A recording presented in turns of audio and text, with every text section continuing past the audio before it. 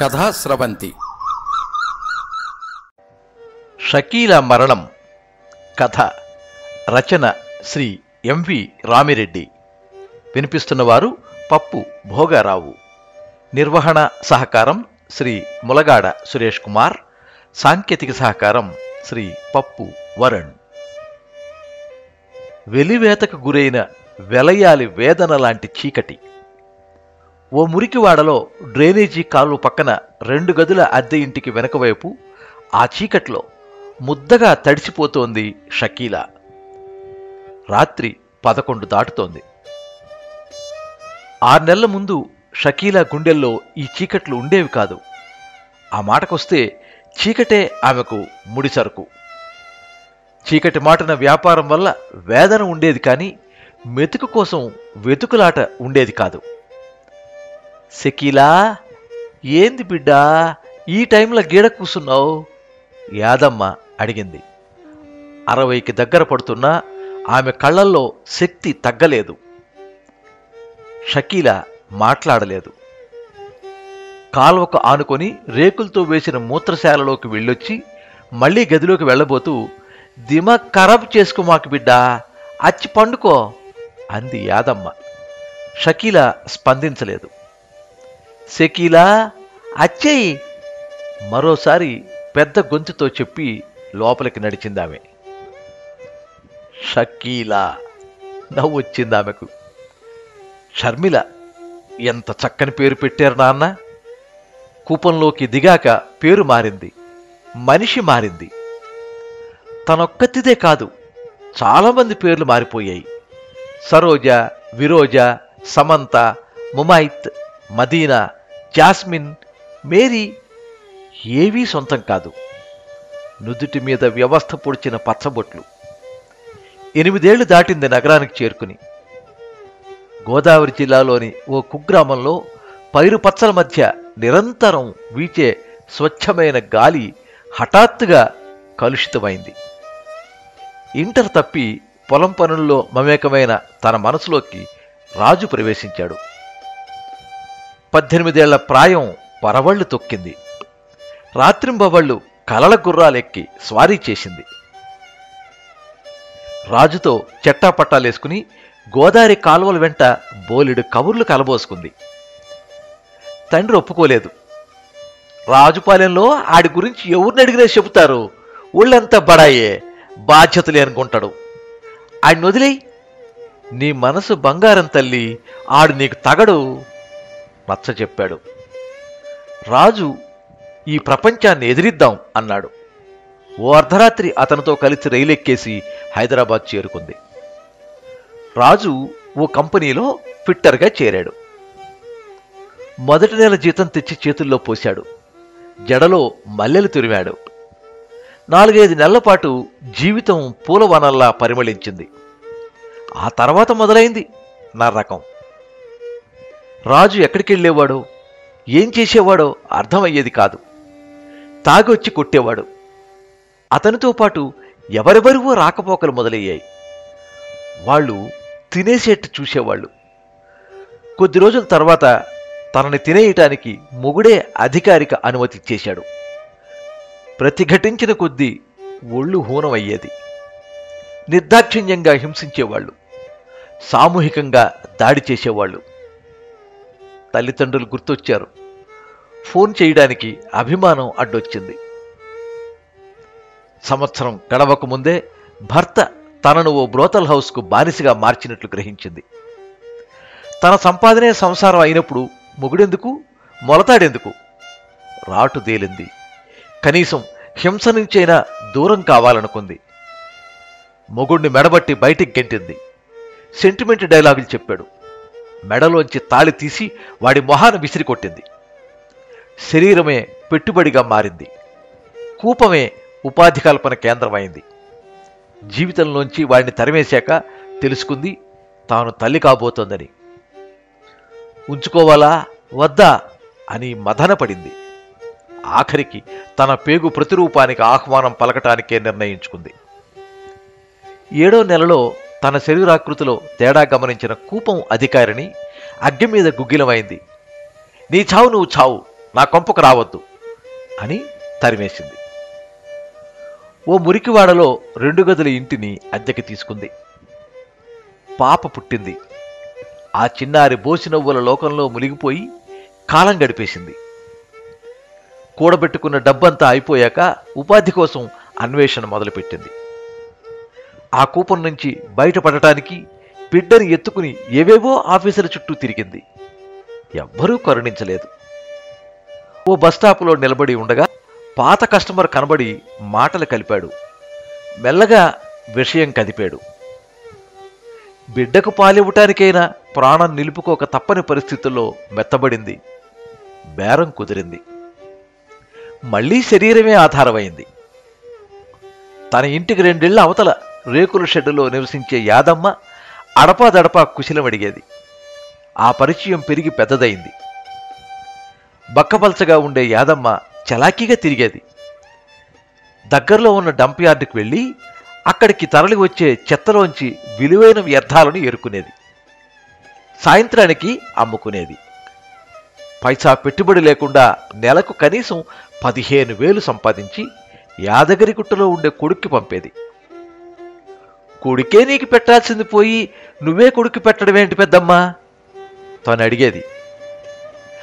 ఆడు మంచోడే బిడ్డ, 4 ఎకరాలు కౌలుకి తీసుకొని కాయకట్టం చేసేటోడు, నన్ను సక్కంగా చూసుకునేటోడు. ఓ రోజు పొద్దుగాలే బాయికాడికి పోయిండు. మోటార్ స్విచ్ షురూ చేయబోతే కరెంటు షాక్ తగిలి నడుంకాడి నుంచి కాయం సచ్చుబడిపోయింది. ఎన్ని మందులు వాడినా నయం కాలే. ఆడికి 2 పిల్లలు. కోడలు కట్టం చేసే రకం కాదు. నేనా శెలక పని చేయలేను. మా ఊరేళ్ళు ఈడ ప్లాస్టిక్ చెత్త ఏరుకొని బాగానే బతుకుతున్నారు. ఇదైతే నేను చేయగలనని సామాను సర్దుకుని వచ్చిన. ఆ వయసులో ఆమె సంకల్పానికి నివ్వెరపోయింది తను. పెద్దావిడి దగ్గర నిజం దాచదలుచుకోలేదు.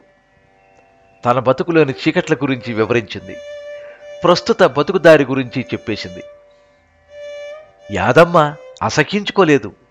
కోటి విద్యలు కూటి కొరకే, ఇదో విద్యే అంది. ఆ వెంటనే, కానీ కాయం కాత్తి మెత్తబడ్డాక ఇంకో విద్యను ఎత్తుక్కోవాలి, గదేదో ఇప్పుడే చూసుకుంటే పోలా అంది. ప్రయత్నిస్తున్నాను పెద్దమ్మ అంటూ యాదమ్మ పాదాలు తాకింది. అప్పటినుంచి యాదమ్మ తన కుటుంబ పెద్దలా మారింది. యాదమ్మ పొద్దున్నే వెళ్ళి సాయంత్రం 4 వచ్చేసేది. పాపను ఆమెకు అప్పగించి తను పొద్దుకూకుతుండగా వీధుల్లోకి వెళ్ళేది. తన అందమే తన బలమై ఉదర పోషణకు భరోసానిచ్చింది. సంపాదన పెరిగింది. కూతురికి అవసరమైన అన్ని సదుపాయాలు సమకూర్చింది. కాలం మరో 4 ఏళ్లను తనలో కలిపేసుకుంది. ఆ వృత్తి నుంచి బయటపడాలి అనుకుంటూనే కాలం గడిపేసింది. అడపాదడప కొందరి వికృతి చేష్టలు తప్ప పెద్దగా హింస బారిన పడలేదు. సాఫీగా సాగుతున్న జీవితం హఠాత్తుగా కుదేలైంది. ఒక్క వైరస్ సమస్త జీవితాన్ని అతలాకుతలం చేసింది. లాక్డౌన్ కారణంగా అధికారిక గృహ నిర్బంధం. లాక్డౌన్ ముగిసినా వైరస్ భయం వదల్లేదు. మనిషి తాకాలంటే భయం, పక్కపక్కన నడవాలంటే భయం. నిల్వ ఉన్న డబ్బు కరిగిపోయింది. ఆకలి మొదలైంది. 6 ఏళ్ల పాప పొట్ట నింపే దిక్కు దరి తెలియక అల్లాడిపోతున్న సమయంలో యాదమ్మ దేవతలా ఆదుకుంది. మనుషులంతా ఇళ్లల్లో బందీలైన సమయంలోనూ యాదమ్మ వ్యర్థాలను శుద్ధి చేస్తూ జన్మను సార్థకం చేసుకుంది.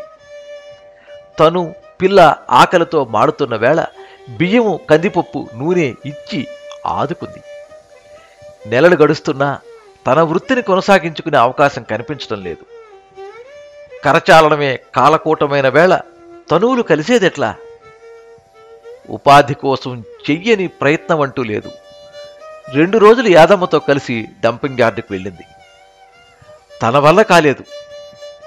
శరీరం ఈజీ మనీకి అలవాటు పడిందా? పక్క కాలనీలోని 4-5 అపార్ట్మెంట్లో ప్రతి ఫ్లాట్కి తిరిగింది. ఇంటి పని, వంట పని, బట్టలు ఉతికే పని ఏదైనా చేస్తానంది. కొత్త మనిషి ఇంట్లో కాలు పెట్టడానికి ఎవరూ ఒప్పుకోలేదు. వ్యాపారాలన్నీ పుంజుకున్నాయి. బస్సులు, రైళ్లు తిరుగుతున్నాయి. తన బండి మాత్రం పట్టాలెక్కలేదు. వర్షం మొదలవటంతో లేచి గబగబా ఇంట్లోకి వెళ్ళింది షకీలా. పాప నిద్రపోతోంది. పగలంతా పనితో అలసిపోయిన యాదమ్మ కూడా. వారం క్రితం గదిపై రేకులు ఎగిరిపోవడంతో షకీలా ఇంటికి చేరుకుంది యాదమ్మ. అర్ధరాత్రి దాటాక మాగన్నుగా నిద్రపట్టింది షకీలాకి. మనవడికి ఒంట్లో బాగోలేదని తెలిసి యాదమ్మ యాదగిరిగుట్టు వెళ్లి 4 రోజులు దాటింది. అప్పుడు మొదలైంది ఆకలి బాధ. తను తట్టుకోగలదు. పాప బిస్కెట్లతో సహా అన్నీ నిండుకున్నాయి. పాప ప్రాణం కళ్ళలోకి చేరుకుంది. పాపను ఇంట్లోనే ఉంచి వీధిలోకి నడిచింది. పాపను వదిలి దూరం వెళ్లలేదు. ఆలోచించింది. 3 ఏళ్ల అవతల ఉన్న డాబా వైపు దృష్టి సారించింది. కళ్ళలో జీవం కదలాడింది. అతను డాబా మీదే ఉన్నాడు. అటూ ఇటూ తిరుగుతున్నాడు. ఎదురుపడిన ప్రతిసారి ఆమె వంక ఆశగా చూసేవాడు. తను మాత్రం ఓ నిబంధన పెట్టుకుంది. తాను నివసించే ఇంటి చుట్టుపక్కల ఎక్కడా తన వ్యాపారానికి తెర తీయకూడదనుకుంది. అందుకే అతని వంక చూడలేదు, అవకాశం ఇవ్వలేదు. ఇప్పుడు అవసరం వచ్చింది. వల విసిరింది. అతను ఒంటరిగా చిక్కాడు. గబగబా వెళ్లి గేటు తీసుకుని లోపలికి నడిచింది. అతను డాబా మించి కిందకి దిగాడు. ఇక ఇంట్లోకి వెళ్లటమే ఆలస్యం. బిలబిలమంటూ 5-6 బంధువులు దిగబడ్డారు. అతని మొహం నిండా నిరాశ. ఆమె కళ్ళలో బిక్కచచ్చిపోయిన జీవం. ముద్దను గద్ద తన్నుకుపోయినట్లు విలవెల్లాడింది. ఏదో పని మీద అటుగా వచ్చినట్లు నటిస్తూ తన ఇంటి వైపు మళ్ళింది. మధ్యాహ్నానికి యాదమ్మ వచ్చింది. ఆమె ఇంటి నుంచి తెచ్చిన ఆహారంతో పాప ప్రాణం నిలబడింది. యాదమ్మ రేకులు సరిచేసుకుని మళ్లీ తన ఇంట్లోకి వెళ్ళిపోయింది. షకీలాలో అంతర్మథనం. పరాన్నజీవిగా మారిపోయానన్న అపరాధ భావం. తీవ్రంగా ఆలోచించింది. సెల్ ఫోన్లో నంబర్లు శోధించి తనను మాట్లాడుకున్న ప్రతిసారి మనిషిలా గౌరవించి ఇబ్బంది పెట్టకుండా తన డబ్బులు తన చేతుల్లో పెట్టిన ఓ మంచి కస్టమర్కు ఫోన్ చేసింది. నేను షకీలాని, ఎలా ఉన్నారు? మాటల్లో తేనెలు కురిపించింది. బాగున్నా, ఏమిటి సంగతి? ఆశగా అడిగాడు. అవసరంలో ఉన్నాను, సాయం కావాలి. ఊరికే వద్దు, ఎలా కావాలంటే? కొద్దిగా ఆలోచించి, నిఘా ఎక్కువగా ఉంది, ఏడింటికంతా ఎస్ఆర్ నగర్ బస్టాప్ వెనక నిలబడి ఉండు, పిక్ చేసుకుంటా అన్నాడు. ఆమెకు ఆక్సిజన్ అందింది. ఊపిరి తీసుకుంది. ధైర్యం తిరిగొచ్చింది. పాపను యాదమ్మ దగ్గర వదిలి సాయంత్రం 6ంటికి ఇంట్లోంచి బయలుదేరింది. 7 కాకముందే హాట్స్పాట్కు చేరుకుంది. మాస్క్ ధరించి కొంగు కప్పుకుని ఎదురు చూస్తోంది. చీకటి వార నిలబడిన మరో 4-5 మహిళల్ని చూసి బిజినెస్ మొదలైందన్నమాట అనుకుంది. ఆమెకు 10 అడుగుల దూరంలో కస్టమర్. అంతలోనే ఆమెను వెనక నుంచి ఎవరో తోశారు. ముందుకు పడబోయి తమాయించుకుంది. ఎవడ్రా అని కోపంగా అరవబోయే లోపే ఓ కాకి వాల ఆమె రెక్కపుచ్చుకుని బరబరా ఈడ్చుకెళ్లాడు. కస్టమర్ పలాయనం చిత్తగించాడు. 15 గంట తర్వాత పోలీస్ స్టేషన్లో ఉంది. ఎదురుగా ఎస్ఐ. ఆమెకది కొత్తేం కాదు. అలాంటి సమయంలో ప్రయోగించాల్సిన నిర్లక్ష్య చూపును అరువు తెచ్చుకుంది. ఎస్ఐకి ఒళ్ళు మండింది. ఏమే, బతకనీయరా? మనుషుల్ని ప్రశాంతంగా బతకనీయరా? వైరస్ను మంటలా అంటిస్తారా? ప్రపంచాన్ని తగలబెడతారా? కళ్ళు పెద్దవి చేస్తూ అడిగాడు. ఏంటి, నిజంగా కోపమే? ఎవరి డ్యూటీ వాళ్ళేస్తారు అంది వయ్యారం వలకబోస్తూ. బాగా రెస్ట్ తీసుకుని బలిసినట్టున్నావు, వదిలిస్తా అంటూ ఓ గదిలోకి తీసుకెళ్లి ఒళ్ళు హూనం చేశాడు. గంట తర్వాత డబ్బులిస్తే వెళ్ళిపోతా అంది. డబ్బులా? కొత్తగా మాట్లాడుతున్నావేంది? ఓ 1,00,000 చాలా? వెటకారంగా అన్నాడు. పుణ్యానికి రావటానికి నీ పెళ్ళాన్నా? అవసరంలో ఉన్నాను, డబ్బులు ఇవ్వండి గట్టిగానే అడిగింది. ఏమిటి, నిజంగానే? నిజంగానే సార్, పూట గడవట్లేదు, ఓ 1000 రూపాయలన్నా.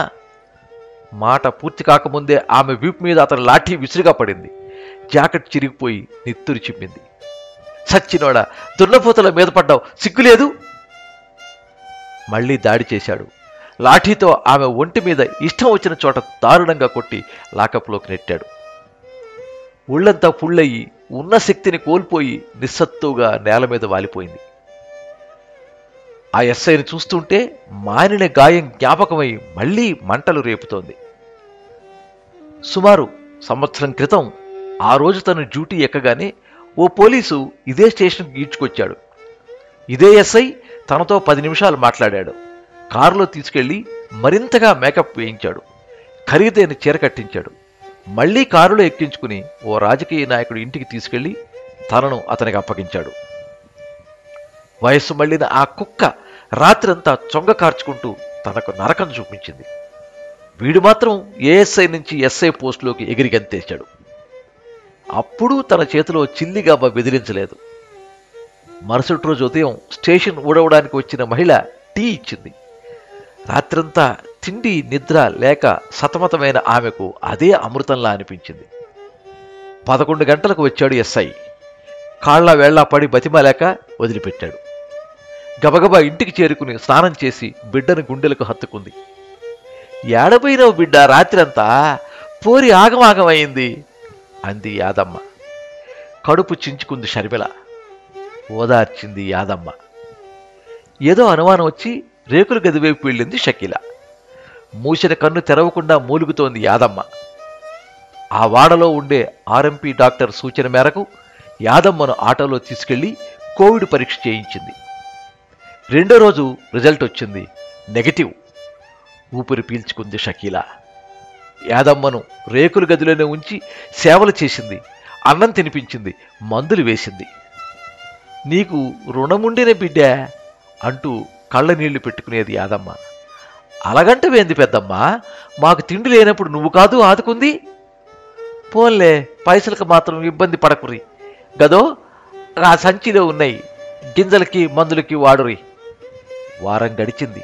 యాదమ్మ కోలుకున్నట్లే కనిపించింది. ఆ రోజు పొద్దున్నే షకీల కాఫీ తీసుకెళ్లేసరికి కుడి చేతిని గుండెలపై పెట్టుకుని నొప్పితో అల్లాడిపోతోంది యాదమ్మ. షకీల కంగారు పడిపోయి తనకు తోచిన సపర్యలు చేసింది. డాక్టర్ కోసం వెళ్ళబోతూ ఉంటే, వద్దు బిడ్డే, నాకెరికైతుంది, నా కాలం అయిపోయింది అంది. తలాపున కూర్చొని యాదమ్మ తలను తన ఊళ్ళోకి తీసుకుంది షకీల. కాఫీ తాగించింది. కాస్త కోలుకున్నాక ఏదో చెప్పింది, స్పష్టంగా చెప్పింది. చెప్పటం పూర్తి కాకముందే కన్ను మూసింది. కుమిలి కుమిలి ఏడ్చింది షకీల. యాదమ్మ కొడుక్కి ఫోన్ చేస్తే కోడలెత్తింది. విషయం చెప్పింది షకీల.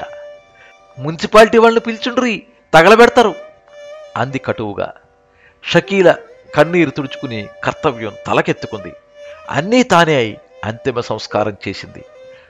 ఆ రాత్రంతా షకీల కలల నిండా యాదమ్మే. రైలు కదిలింది. పాపను ఒళ్ళో కూర్చోబెట్టుకుని కిటికీలోంచి పొలాల వంక ప్రేమగా చూస్తోంది షకీల. ఆమె మనసులోని చీకట్లు అంతమయ్యాయి. భయాందోళనలు పారిపోయాయి. దీపం కొండెక్కే ముందు యాదమ్మ పలికిన మాటలు గుండెల్లో ప్రతిధ్వనిస్తున్నాయి. ఎల్లు బిడ్డా, ఎల్లు, ఇప్పటికైనా ఈ కోపం నుంచి బయటపడు. ఏం చేస్తాడు బిడ్డ?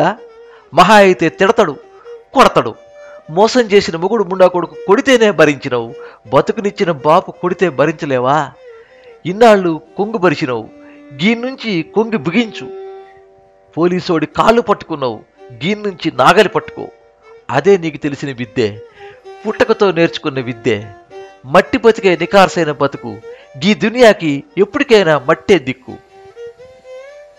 షకీల మరణించింది.